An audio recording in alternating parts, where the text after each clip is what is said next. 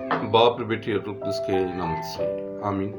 मेरे अज़ीज़ों, मसीह यीशु में आप सबको शालोम। आज की पहली तिलावत नहमीया नबी और उसके 8वें बाब में से ली गई है।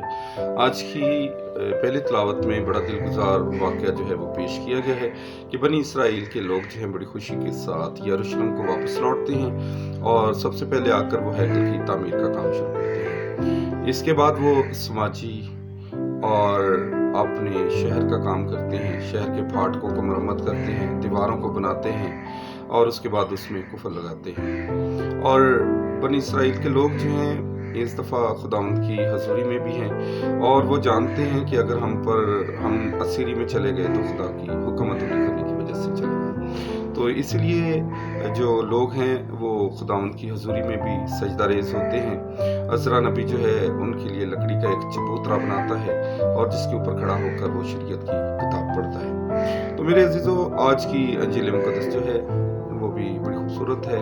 आज मुक़द्दस लूका की इंजील और उसके 10वें बाब में से ली गई है। आज की इंजील मुक़द्दस में बड़ी खूबसूरत बात हमारे सामने रखी गई है। आज की इंजील मुक़द्दस में हमसे खुदावंद यीशु मसीह ने मुखातब होते हुए कहा है। खुदावंद यीशु मसीह ने जिस तरह से अपने शागिर्द बनाए हैं तो इसी तरह से आज भी खुदावंद यीशु मसीह ने अपने शागिर्दों को मुंतखब किया है। मुंतखब करने के बाद खुदावंद यीशु मसीह ने उनको भेजने का अमल शुरू किया, दो करके। और खुदावंद यीशु मसीह ने उनको खुदा की बादशाहत के प्रचार के लिए भेजने के लिए तैयार किया है। और खुदावंद यीशु मसीह ने उनको इख्तियार दिया कि बीमारों पर हाथ रखो, उनको शिफा दो, बुजुर्ग गिरफ्तार लोगों को शिफा दो।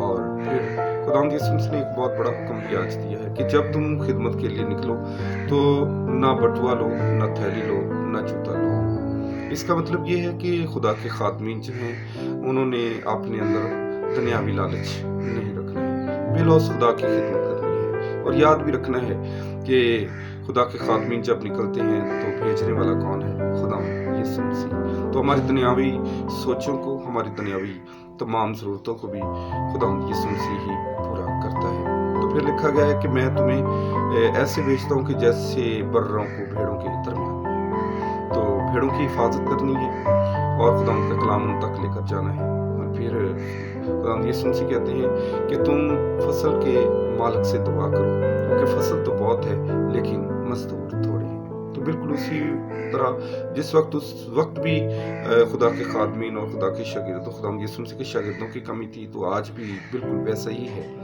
और आज हम दुआ भी करते हैं कि तमाम नौजवान बेटे और बेटियां जो हैं वो राबाना खिदमत के लिए अपने आप को पेश कर सकें, ताकि खुदा उनकी खिदमत जारी रह सके, खुदा के पाकिस्तान में ज़्यादा से ज़्यादा काम किया जा सके और खुदा उनकी बादशाहत का प्रचार हो सके। और आज का दिन मेरे लिए और आपके लिए बाइस बरकत ठहरे। हम सब हमेशा के लिए एक दूसरे के लिए बाइस बरकत हों। मसीह यीशु के वसीले से।